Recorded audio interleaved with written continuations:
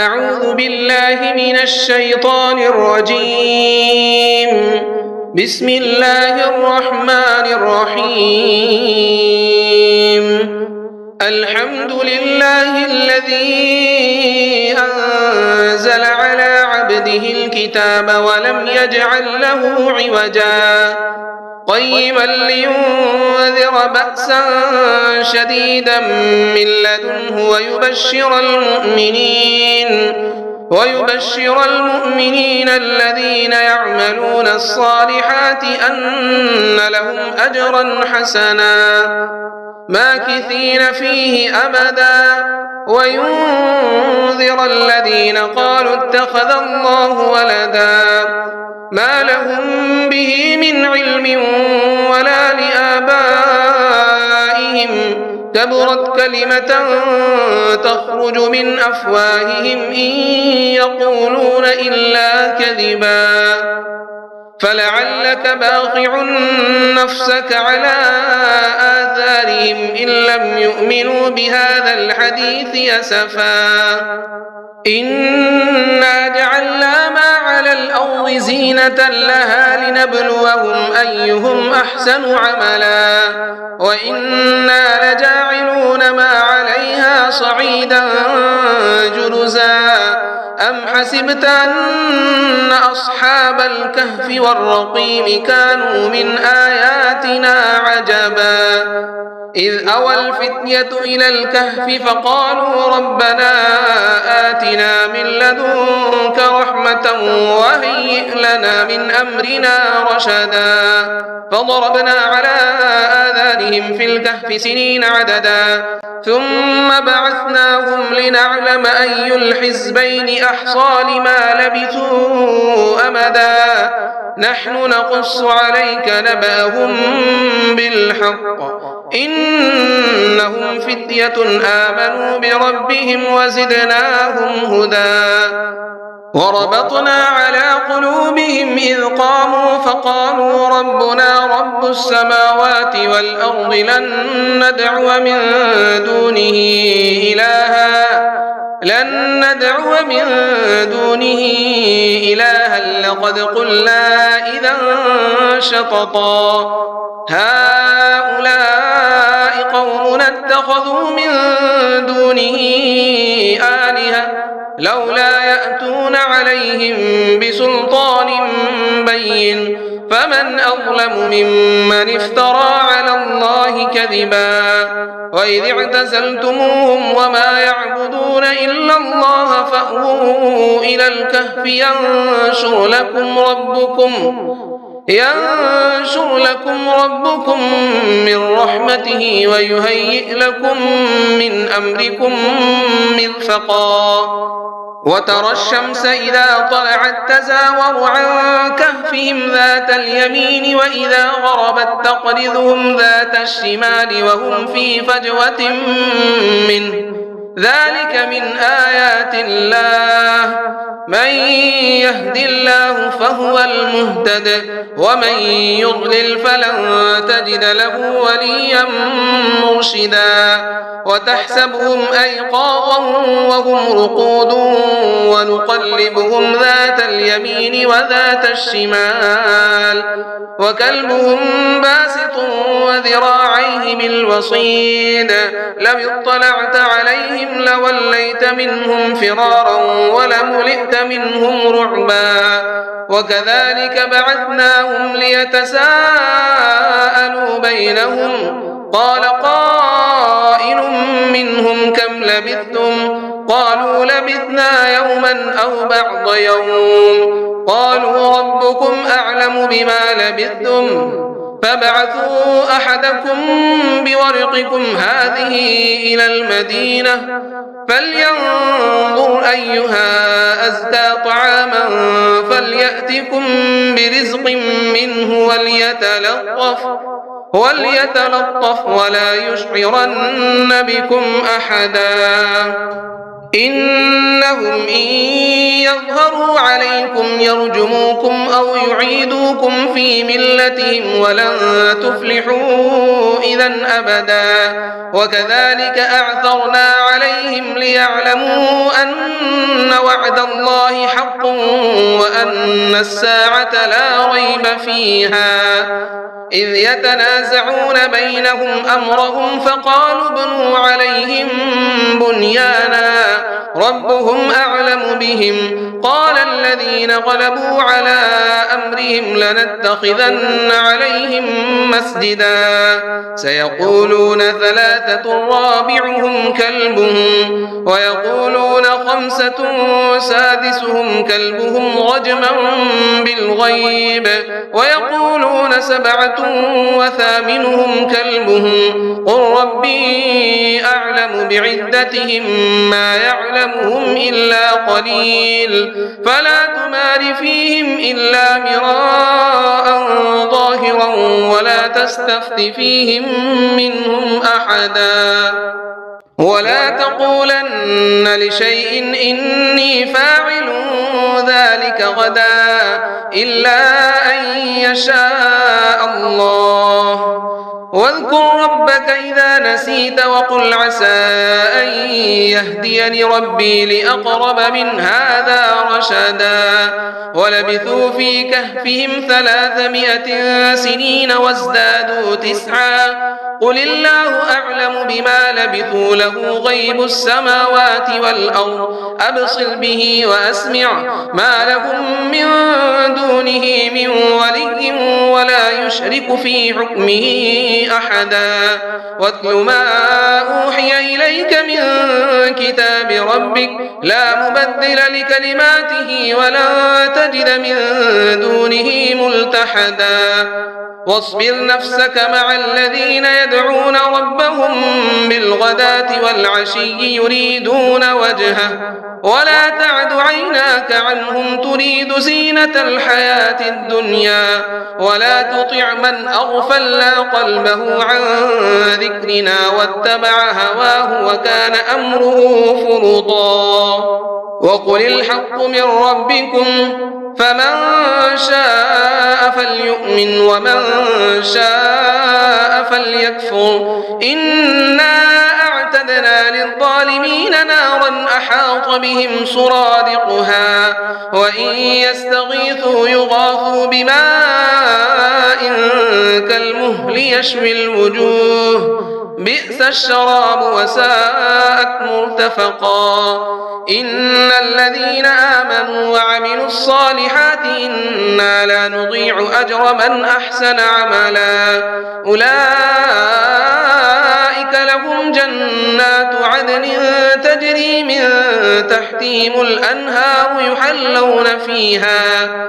يحلون فيها من أساور من ذهب ويلبسون ثيابا خضرا من سندس واستبرق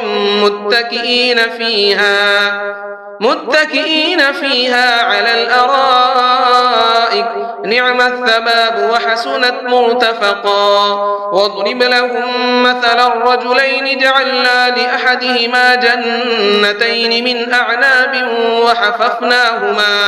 وحففناهما بنخل وجعلنا بينهما زرعا كلتا الجنتين آتت أكلها ولم تظلم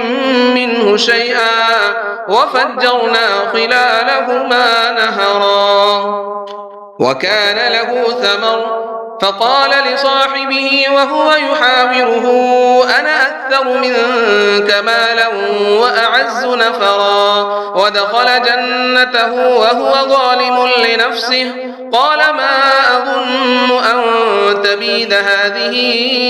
أبدا وما أظن الساعة قائمة ولئن رددت إلى ربي لأجدن خيرا منها منقلبا قال له صاحبه وهو يحاوره أكفرت بالذي خلقك من تراب ثم من نطفة ثم سواك رجلا لكن هو الله ربي ولا أشرك بربي أحدا ولولا إذ دخلت جنتك قلت ما شاء الله لا قوة إلا بالله إن ترني أنا أقل منك مالا وولدا فعسى ربي أن يؤتيني خيرا من جنتك ويرسل عليها حسبانا من السماء فتصبح صعيدا زلقا أو يصبح ماؤها غورا فلن تستطيع له طلبا وأحيط بثمره فأصبح يقلب كفيه على ما أنفق فيها وهي خاوية على عروشها ويقول يا ليتني لم أشرك بربي أحدا ولم تكن له فئة ينصرونه من دون الله وما كان منتصرا هنالك الولاية لله الحق هو خير ثوابا وخير عقبا واضرب لهم مثل الحياة الدنيا كماء إن أنزلناه من السماء فاختلط به نبات الأرض فأصبح هشيما تذروه الرياح وكان الله على كل شيء مقتدرا المال والبنون زينة الحياة الدنيا والباقيات الصالحات خير عند ربك ثوابا وخير أملا ويوم نسير الجبال وترى الأرض بارزة وحشرناهم فلم نغادر منهم أحدا وعرضوا على ربك صفا لقد جئتمونا كما خلقناكم أول مرة بل زعمتم أن لن نجعل لكم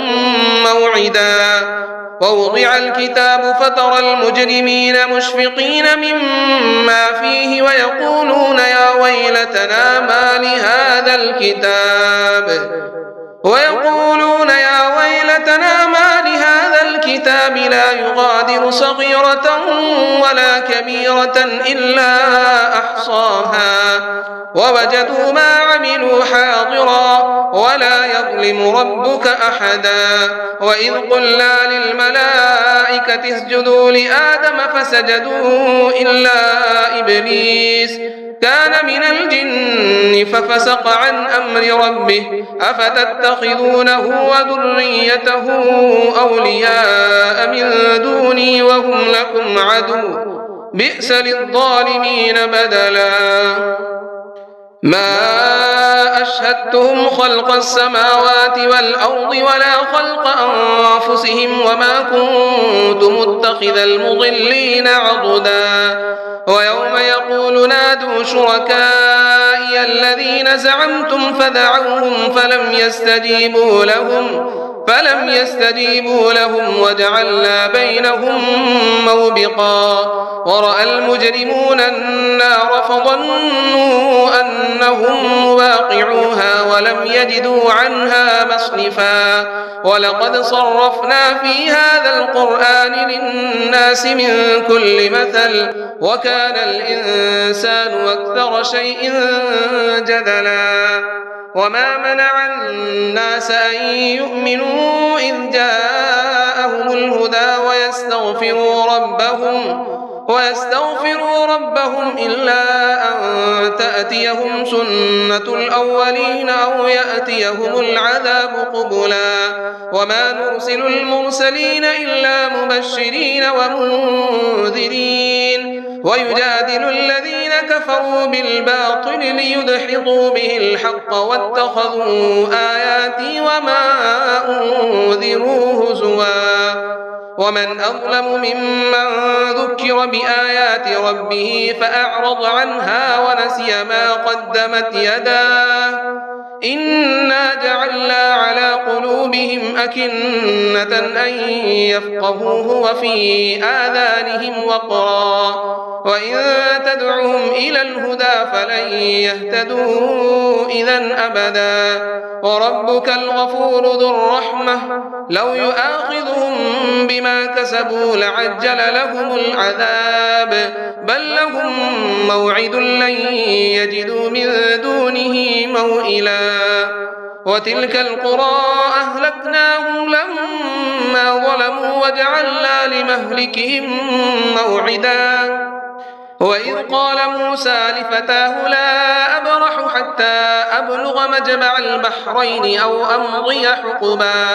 فلما بلغا مجمع بينهما نسيا حوتهما فاتخذ سبيله في البحر سربا فلما جاوزا قال لفتاه آتنا غداءنا لقد لقينا من سفرنا هذا نصبا قال أرأيت إذ أوينا إلى الصخرة فإني نسيت الحوت وما أنسانيه إلا الشيطان أن أذكره واتخذ سبيله في البحر عجبا قال ذلك ما كنا نبغي فارتدا على آثارهما قصصا فوجدا عبدا من عبادنا آتيناه رحمة من عندنا وعلمناه من لدنا علما قال له موسى هل أتبعك على أن تعلمني مما علمت رشدا قال إنك لن تستطيع معي صبرا وكيف تصبر على ما لم تحط به خبرا قال ستجدني إن شاء الله صابرا ولا أعصي لك أمرا قال فإن اتبعتني فلا تسألني عن شيء حتى أحدث لك منه ذكرا فانطلقا حتى إذا ركبا في السفينة خرقها قال أخرقتها لتغرق أهلها لقد جئت شيئا إمرا قال ألم أقل إنك لن تستطيع معي صبرا قال لا تؤاخذني بما نسيت ولا ترهقني من أمري عسرا فانطلقا حتى إذا لقيا غلاما فقتله قال أقتلت نفسا زكية بغير نفس لقد جئت شيئا نكرا قال ألم أقل لك إنك لن تستطيع معي صبرا قال إن سألتك عن شيء بعدها فلا تصاحبني قد بلغت من لدني عذرا فانطلقا حتى إذا أتيا أهل قرية استطعما أهلها فأبوا أن يضيفوهما فوجدا فيها جدارا يريد أن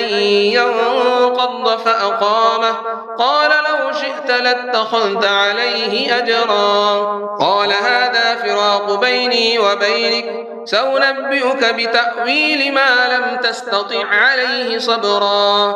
أما السفينة فكانت لمساكين يعملون في البحر فأردت أن أعيبها وكان وراءهم ملك يأخذ كل سفينة غصبا وأما الغلام فكان أبواه مؤمنين فخشينا